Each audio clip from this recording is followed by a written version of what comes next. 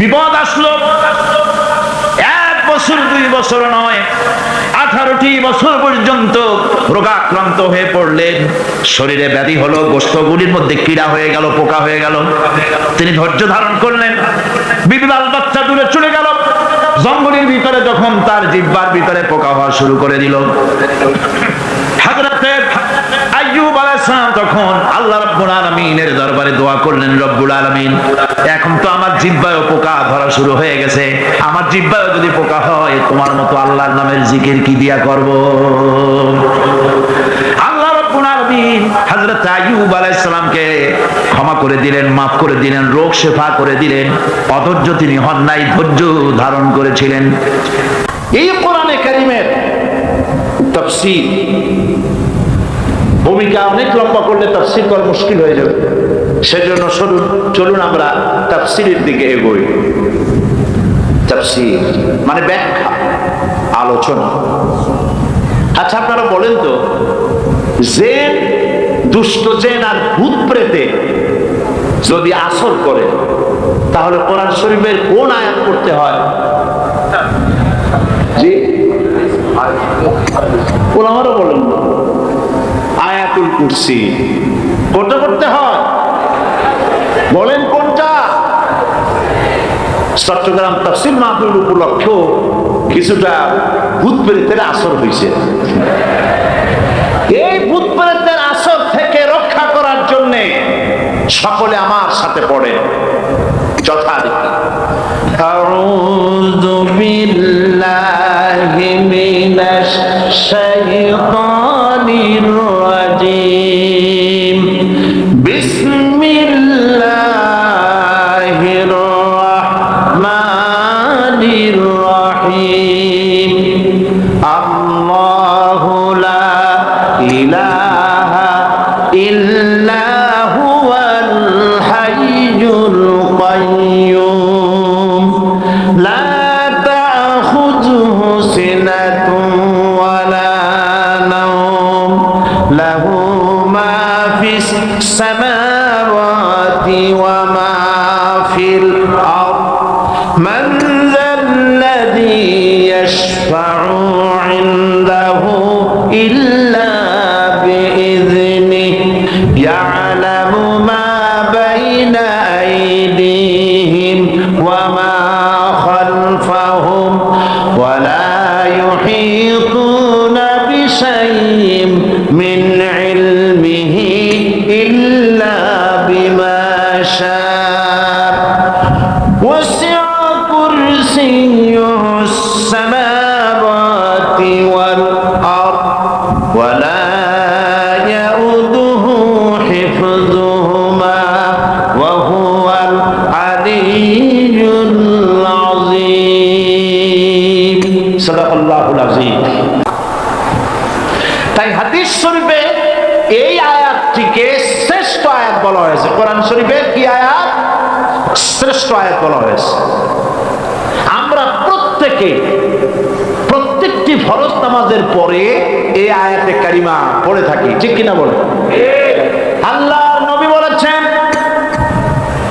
প্রত্যেক ফরজ নামাজের পরে আয়াতুল কুরসি যে ব্যক্তি পাঠ করবে, কিয়ামতের দিন আল্লাহ রাব্বুল আলামিন ওই ব্যক্তির ব্যাপারে সিদ্ধান্ত নেবেন, আল্লাহ তাকে জান্নাত দান করে দিবেন। হতে পারে এবার আপনারা কেউ মনে করতে পারেন, বাস ওয়াজ আর না শুনলে চলবে, আয়াতুল কুরসি পড়বো আর জান্নাতে চলে যাব। না, বিষয়টা এমন নয়।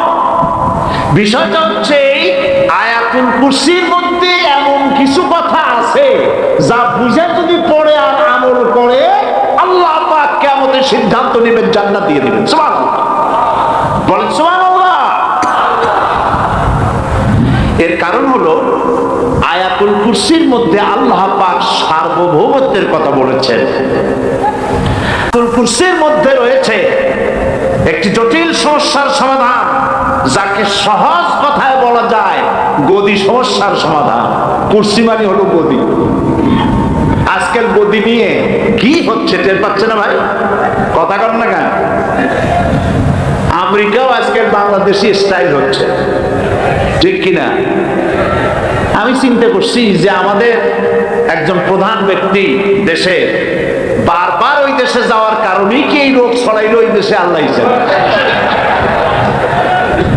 কি সর্বনাশ! এই মোদি নিয়ে টানাটানি হচ্ছে পৃথিবীর সর্বত্র। সার্বভৌমত্বের মালিক কে হবে? এইটা তো আপনারা বলতেছেন, কিন্তু যারা কোরআন জানে না তারা বলে সার্বভৌমত্বের মালিক জনগণ। আসলে ভোটারদেরকে পাম্পটি দেওয়া, আপনাদেরকে ফুলাইয়া ডানলপ টায়ার বানায়। আপনারা খুব খুশি হবেন সমস্ত ক্ষমতার উচ্চতা হলে আমরা। আরে বাবারা, তোমরা সকল ক্ষমতার উৎস, যার পেট ভরা ময়লা, নাকের মধ্যে ছাতা, দাঁতে ছাতা,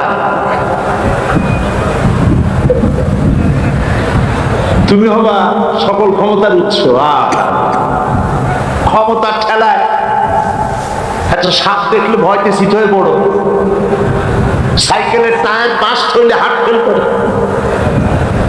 সকল ক্ষমতার উৎস, সকল ক্ষমতার উৎস জনগণ। এই কথা বলা কবিরা গুনাহ, এই কথা বিশ্বাস করা হারাম, এই কথা বিশ্বাস করা শিরক। কারণ সকল ক্ষমতার উৎস জনগণ, এই কথা যদি বলা হয় তাহলে কোরআনে কারীমের সাথে কন্ট্রাডিকশন হয়, সাংঘর্ষিক। আল্লাহ পাক কি বলেছেন? আল্লাহ পাক বলেছেন আন্নাল কুওয়াতা লিল্লাহি জামিআ। বলেন আন্নাল কুওয়াতা লিল্লাহি জামিআ। আমার আল্লাহ রাব্বুল আলামিন বলেন, জেনে রাখো নিঃসন্দেহে সকল ক্ষমতার উৎস কেবলমাত্র আল্লাহ রাব্বুল আলামিন। সকল ক্ষমতার উৎস কে? জোরে বলেন আল্লাহ। আল্লাহ তো কেবলমাত্র কার? এই কথা আয়াতুল কুরসির মধ্যে একটা একটা করে বলা হয়েছে। সার্বভৌমত্বের মালিক হওয়ার জন্য কি কি কোয়ালিটি হওয়া প্রয়োজন আল্লাহ পাক তা বলে দিয়েছেন। কোরআন আয়াতুল কুরসি আল্লাহ কোরআনে নাযিল করে সার্বভৌমত্বের মালিক কে হবে সমস্যার সমাধান করে দিলেন। রাসূল করিম সাল্লাল্লাহু আলাইহি ওয়াসাল্লাম মানুষের সার্বভৌমত্ব খতম করে মদিনায় আল্লাহর সার্বভৌমত্ব কায়েম করে তিনি একটি রাষ্ট্র কায়েম করলেন। মদিনা রাষ্ট্রের সার্বভৌমত্বের মালিক কে ছিলেন? আল্লাহ। জোরে বলেন কে ছিলেন? আল্লাহ।